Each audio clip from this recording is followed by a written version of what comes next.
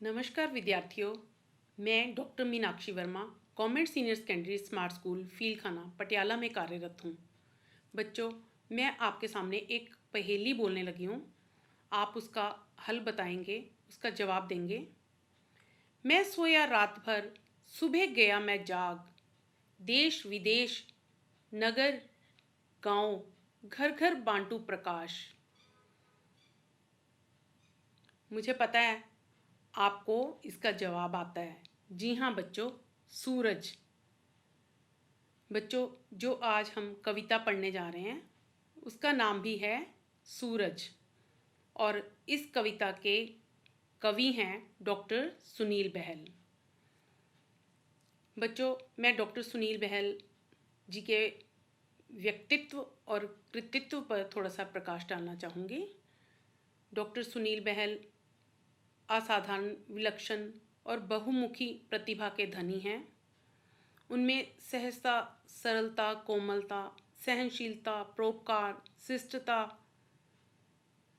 इन सब गुणों से वो परिपूर्ण है। डॉक्टर सुनील बहल ने पंजाब विश्वविद्यालय से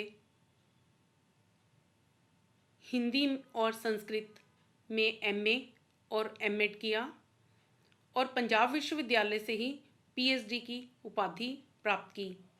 हिंदी में उन्होंने पीएचडी की। बच्चों, डॉक्टर सुनील बहल को अगर हम हिंदी के और संस्कृत के साधक और आराधक कहें तो इसमें कोई अतिशयोक्ति ना होगी। उनकी हिंदी और संस्कृत दोनों भाषाओं पर ही अतुलनीय पकड़ है।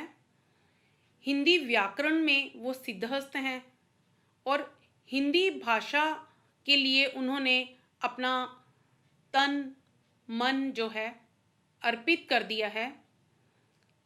एक कर्म योगी की तरह वो हिंदी के उत्थान, प्रचार प्रसार के लिए जो है प्रशंसनीय, उत्कृष्ट कार्य कर रहे हैं। उन्होंने पंजाब स्कूल एजुकेशन बोर्ड की पहली से लेकर 12वीं तक की सभी हिंदी की पाठ्य पुस्तकों में अपना लेखन, संशोधन और संपादन का कार्य किया है। उन्होंने लगभग 30-35 कहानियों को लिखा और लेखों को लिखा, जो कि विभिन्न पत्र पत्रिकाओं में प्रकाशित भी हुई। उन्होंने पंजाब स्कूल एजुकेशन बोर्ड की विभिन्न कमेटियों में कमेटियों के मेंबर की भूमिका भी निभाई। आजकल वो एससीईआरटी में असिस्टेंट डायरेक्टर के पद पर कार्य कर रहे हैं, और साथ ही वो हिंदी और पंजाबी की दोनों, हिंदी और पंजाबी के स्टेट रिसोर्स पर्सन की भूमिका भी निभा रहे हैं। मेरा ये परम सौभाग्य रहा है कि मुझे उनके साथ विभिन्न पाठ्य पुस्तकों के लेखन और संपादन और संशोधन के कार्य में उनके साथ काम करने का अवसर मिला, और मैंने उनकी साधना को बड़े ही निकट से देखा है।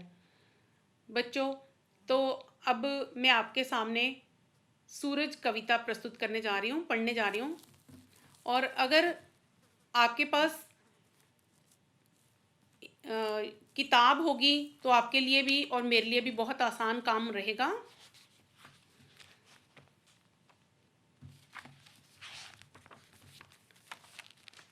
बच्चों, आप किताब में ध्यानपूर्वक देखेंगे, जहाँ जहाँ जैसे जैसे मैं पढ़ती जा रही हूँ उसे आप देखते जाएंगे। पूर्व दिशा से निकला सूरज उजियारा फैलाता है, सुबह सवेरे उठने का संदेशा लेकर आता है। पूर्व दिशा से निकला सूरज उजियारा फैलाता है। गर्मी हो या फिर हो सर्दी, छुट्टी कभी न पाता है। निरंतर आगे बढ़ने की शिक्षा हमें दे जाता है। पूर्व दिशा से निकला सूरज उजियारा फैलाता है। हो जाती संध्या ज्यों ही पश्चिम में ढल जाता है। नई उमंगों आशाओं की नई सुबह फिर लाता है। पूर्व दिशा से निकला सूरज उजियारा फैलाता है। बिजली के बढ़ते संकट में इंसान जब घबराता है, सौर ऊर्जा का स्रोत बनकर नई दिशा दे जाता है। पूर्व दिशा से निकला सूरज उजियारा फैलाता है। बच्चों, आपने कविता सुनी, आपको समझ आई होगी, लेकिन मैं इसकी व्याख्या करती हूँ तो आपको ये कविता जो है और अच्छी तरह से समझ आ जाएगी। चलिए हम इस कविता की व्याख्या करते हैं।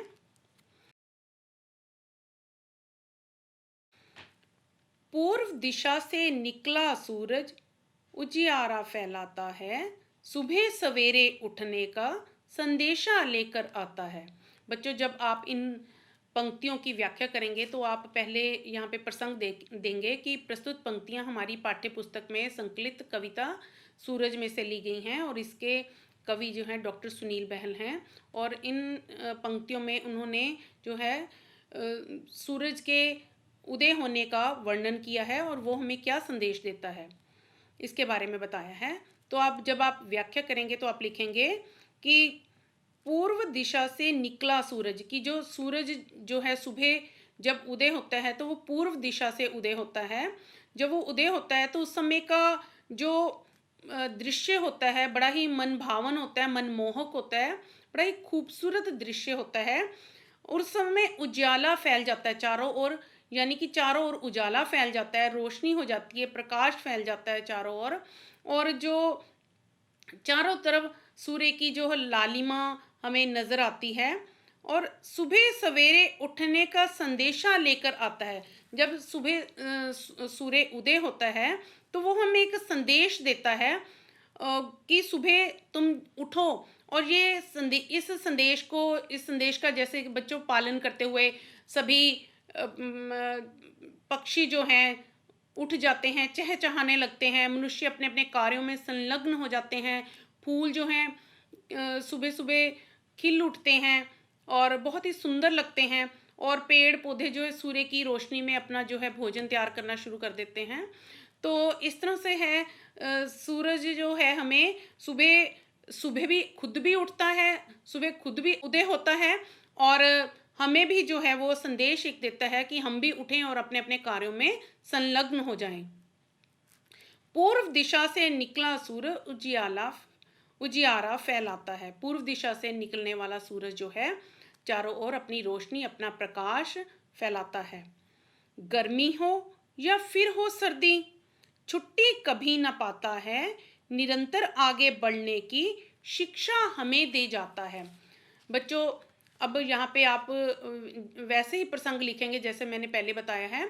जब आप इसकी व्याख्या करेंगे तो आप लिखेंगे कि चाहे गर्मी हो, गर्मी का मौसम हो या सर्दी का मौसम हो, कोई भी ऋतु हो, लेकिन सूर्य कभी भी छुट्टी नहीं करता।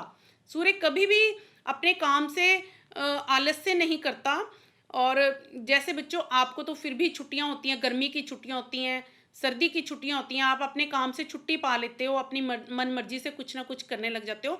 लेकिन नहीं, सूर्य जो है वो अपनी मन मर्जी से नहीं, उसने रोज उदय होना ही होना है।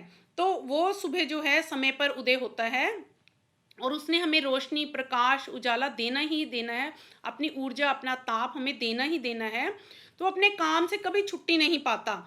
और वो उसे हम इस तरह कह सकते हैं कि जो सूर्य है वो कर्मठ है, कर्मशील है, वो अपने कर्म में रत रहता है, कर्तव्यनिष्ठ है, वो अपने कर्तव्य से जी नहीं चुराता। तो निरंतर आगे बढ़ने की शिक्षा हमें दे जाता है। सूरज जो है हमें निरंतर आगे बढ़ने की शिक्षा देता है कि हम अपने उज्जवल भविष्य के लिए कुछ करें, अपना भविष्य को उज्जवल बनाने के लिए कुछ काम करें, आगे बढ़ते जाएं। सूर्य की तरह जो है हम अपने जीवन को जो है खुद भी चमकें और दूसरों के जीवन को भी चमकाएं, अपना जीवन भी उज्जवल करें और औरों के जीवन को भी उज्जवल बनाएं। पूर्व दिशा से निकला सूरज उजियारा फैलाता है। पूर्व दिशा से निकलने वाला जो सूरज है वो चारों ओर फैल जाता है और अपनी रोशनी, अपना प्रकाश, अपना ताप जो है सबको देता है। हो जाती संध्या ज्यों ही पश्चिम में ढल जाता है, नई उमंगों आशाओं की नई सुबह फिर लाता है। बच्चों, यहाँ पे भी आपने प्रसंग वैसे ही लिखना है जैसे पहले मैंने बताया है। जब आप इसकी व्याख्या करेंगे तो अब यहाँ पे पहले सूर्य उदय हुआ, उसकी बात हुई थी। फिर दूसरे पद्यांश में सूर्य कभी छुट्टी नहीं पाता, उसकी बात हुई थी। अब यहाँ पे सूर्य जो है, अब सूर्य सुबह उदय होता है तो उसे अस्त भी होना होता है। तो जब संध्या होती है, जब गोधूली की बेला होती है, शाम का समय होता है, तो सूर्य जो है पश्चिम में ढल जाता है, पश्चिम में अस्त हो जाता है।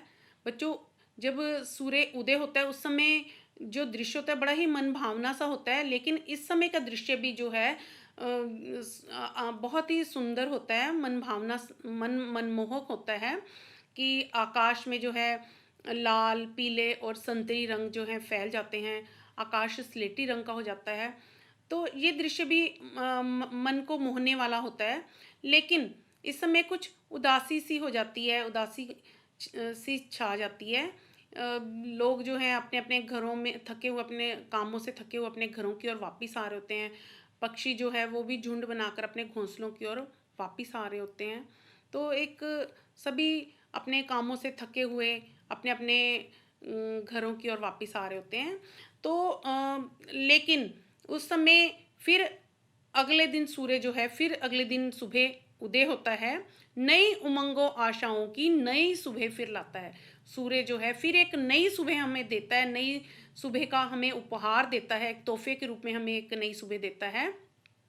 और वो सुबह कैसी होती है कि उसमें फिर हम जो हैं प्रसन्न चित्त हो जाते हैं, आह्लादित हो जाते हैं, सारी प्रकृति आह्लादित हो जाती है, क्योंकि वो एक नई उमंगों, नई आशाओं का हमें एक संदेश भी देता है। साथ में नई उमंगें, नई एक नया नया जोश, नई उमंग, नया उल्लास, नई स्फूर्ति हमें भरता है, एक नव जीवन हमें फिर पुनः देता है। तो एक नई सुबह जब वो, उस नई सुबह में हम फिर दोबारा अपने कामों में जो है लग जाते हैं। ये जिस तरह ये प्रकृति का ये जो है चक्र चलता ही रहता है, हमें इस तरह निराश नहीं होना, घबराना नहीं है, क्योंकि अगर उदय होते हैं तो वो सुख का, खुशी का प्रतीक है। अगर अस्त होता है तो वो दुख का या उदासी का या निराशा का, हताशा का प्रतीक है। तो ये परिवर्तन जो है इस तरह आता ही रहता है, हमें उसमें घबराना नहीं है। जैसे सुख के बाद दुख, तो दुख के बाद सुख, और सुबह के बाद शाम, रात्रि, और फिर सुबह का ने आना ही आना है। पूर्व दिशा से निकला सूरज उजियारा फैलाता है।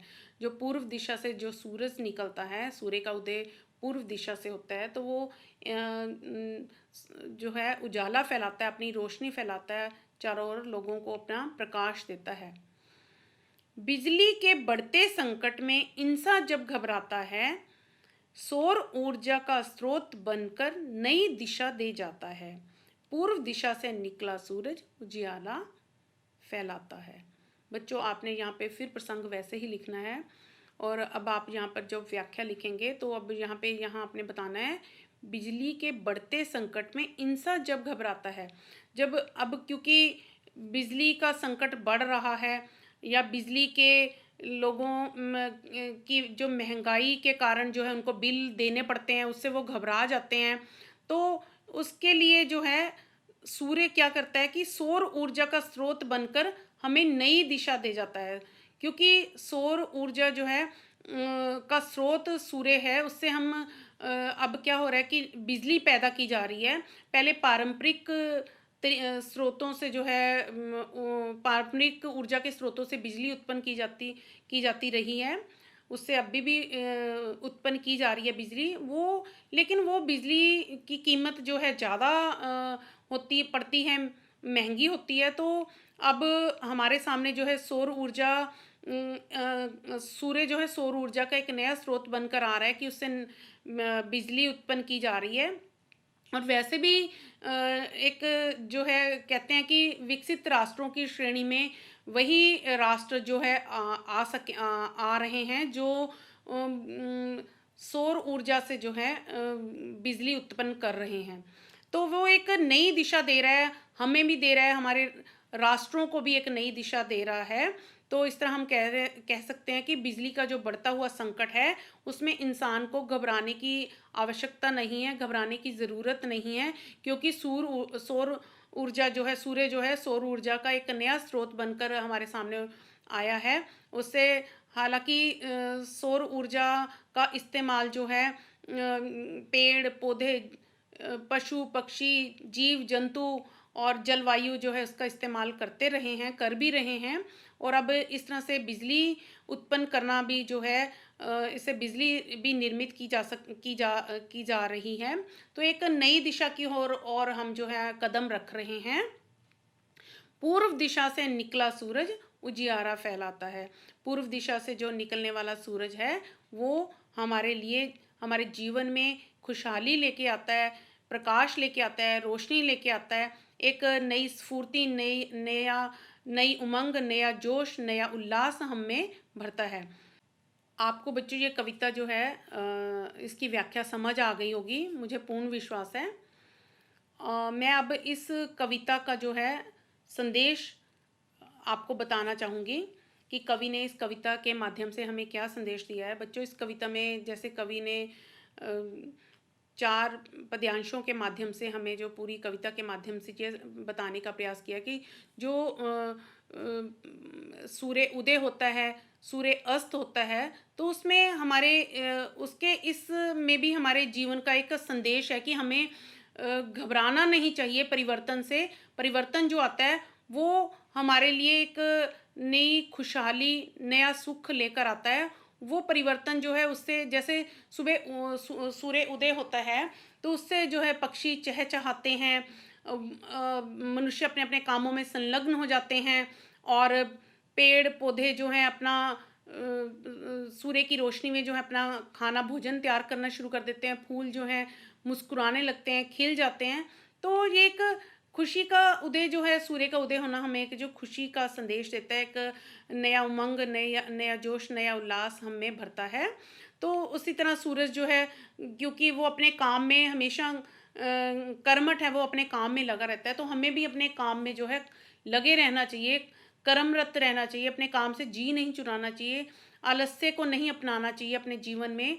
हमें भी एक सूर्य की तरह जो है अपने काम में रत रहें, ये कवि यहाँ पर ये संदेश देना चाहता है। साथ में अगर सूर्य जो है जब अस्त होता है तो वहाँ पे कहीं निराशा, कहीं पे एक हताशा सी हमारे जीवन में एक प्रतीक के रूप में पैदा हो जाती है। तो हमें उस हताशा से, निराशा से घबराना नहीं चाहिए, हमें हताश नहीं होना चाहिए, निराश नहीं होना चाहिए, क्योंकि अगर ये वाला जो समय है वो तो निकल जाएगा। अगर इसे हम दुख के प्रतीक के रूप में लेते हैं या संकट के रूप में लेते हैं तो ये समय तो निकल जाएगा।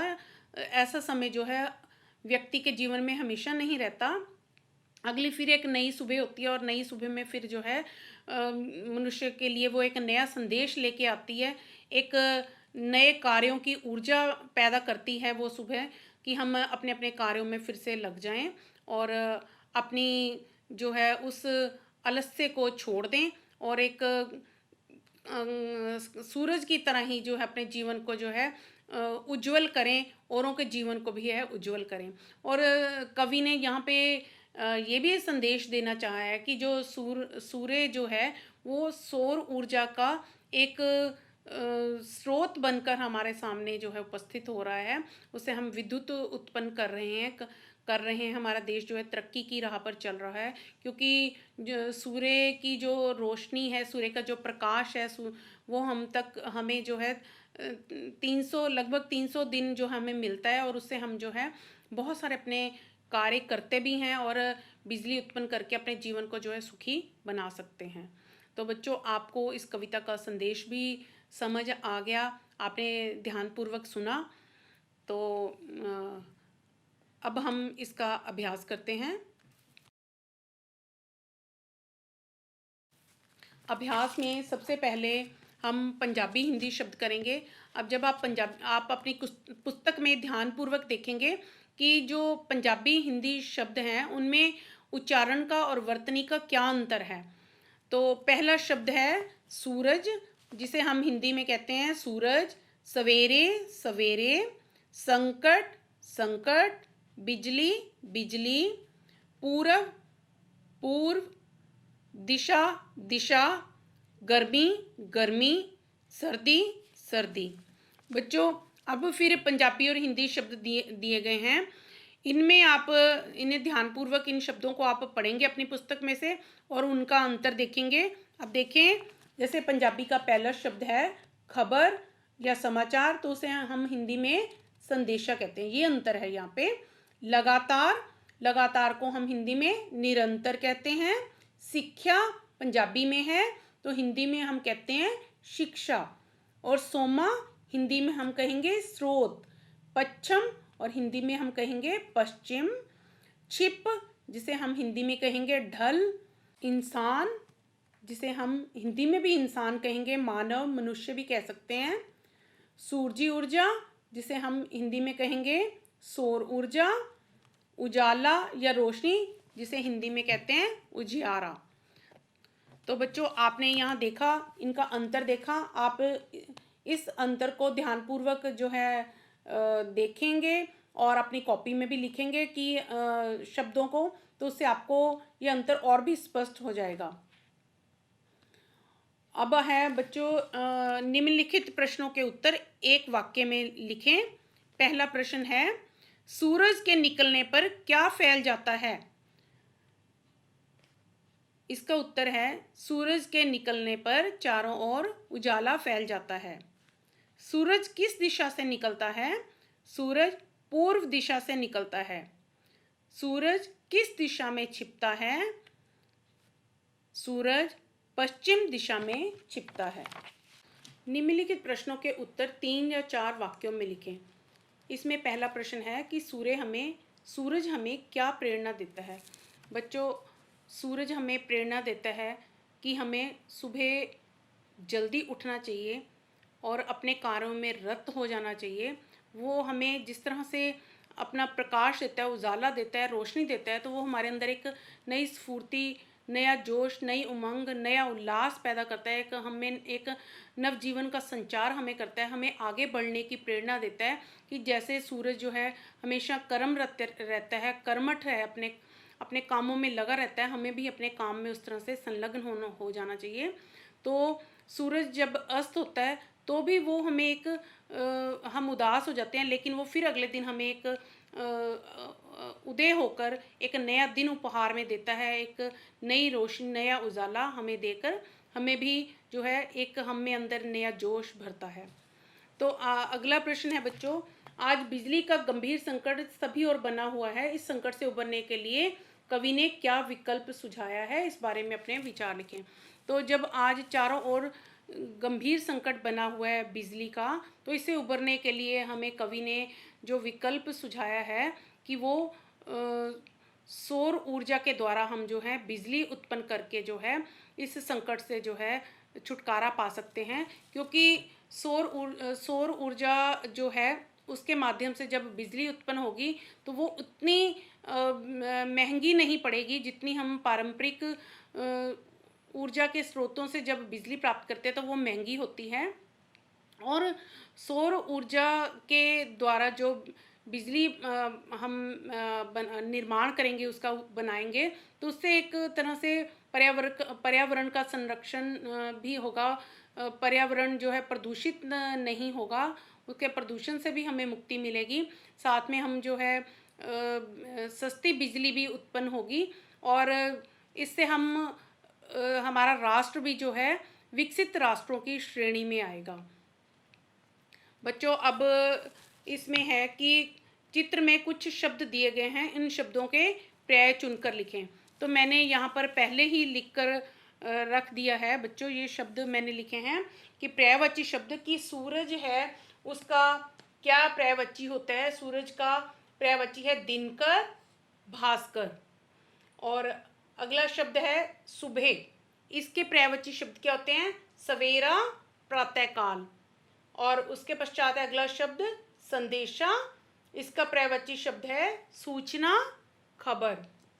और अगला पर्यायवाची शब्द है संध्या, जिसका पर्यायवाची शब्द होते हैं सांझ, गोधूली।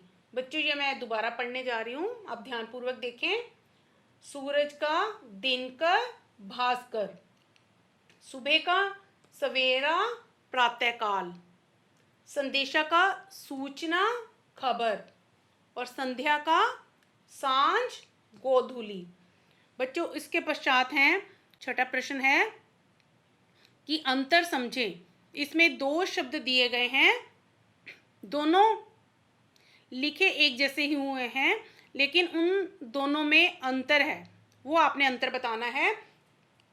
जैसे पहला शब्द है दिशा, इसका अर्थ होता है जिस तरफ से सूर्य निकलता है, और दूसरा शब्द भी है दिशा, जिसका अर्थ है लक्ष्य।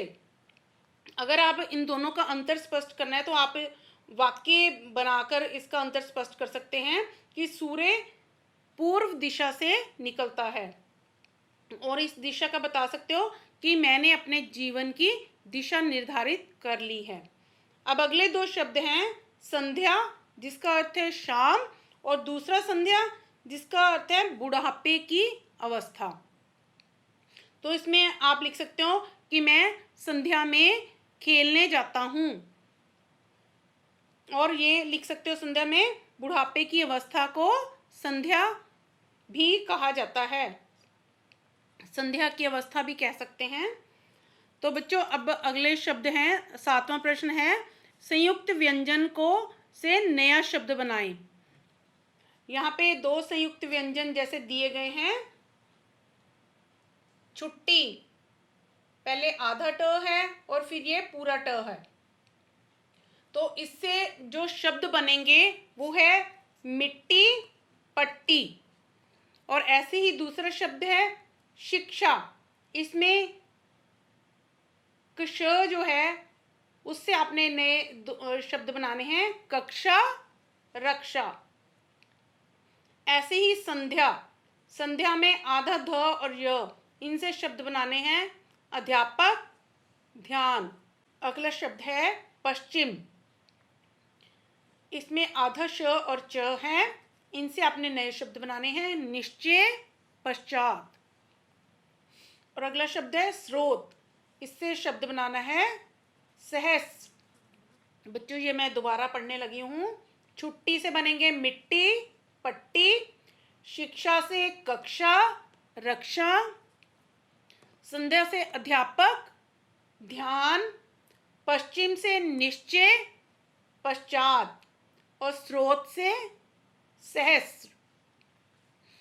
बच्चों अब अगला प्रश्न है कि यहाँ पे दिशाओं के बारे में बताया गया है, और आपने वो दिशाओं के बारे में जानना है, क्योंकि सूरज कविता में बार बार दिशाओं का वर्णन आया है कि सूरज जो है पूर्व दिशा से निकलता है, पश्चिम दिशा में जो है अस्त हो जाता है। तो आपको वो दिशाओं के बारे में पता होना चाहिए। जैसे ये देखिए बच्चों, ये है उत्तर दिशा और ये दक्षिण, और ये पूर्व और पश्चिम। पूर्व दिशा से सूर्य उदय होता है और पश्चिम दिशा में अस्त हो जाता है। तो अब आप यहाँ पे इस दिशा को कहेंगे उत्तर पूर्व, और इसको कहेंगे दक्षिण पूर्व, और इसको कहेंगे उत्तर पश्चिम, और इसको कहेंगे दक्षिण पश्चिम।